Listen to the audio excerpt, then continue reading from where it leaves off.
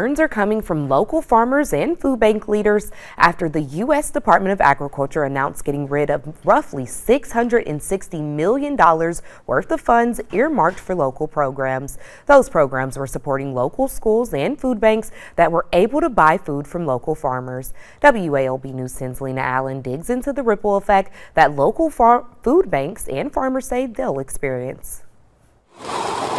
Tens of thousands of dollars. That's how much Feeding the Valley Food Bank CEO Frank Shepard tells me he's expecting to lose out on.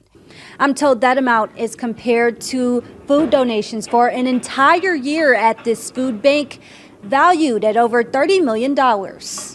On Wednesday, the U.S. Department of Agriculture announced funding cuts. The USDA cutting 2 programs will suspend $1 billion in federal spending. The cuts causing concern among food banks across South Georgia. Anytime we see cuts to much needed nutrition programming, it is concerning for those of us who are working in that space. The local food bank relies on the Local Food Purchase Assistant Cooperative Agreement Program. The contract is $500 million for all food banks across the country. I received a statement from the USDA that reads in part, quote, "This isn't an abrupt shift." Just last week, the USDA released over $500 million in previously obligated funds for LFPA and LFS to fulfill existing commitments and support ongoing local food purchases, end quote. But I'm told who's bearing the brunt of the cuts more than food banks: local farmers. And it's one of those things for like the small guys, like, a shot in the foot.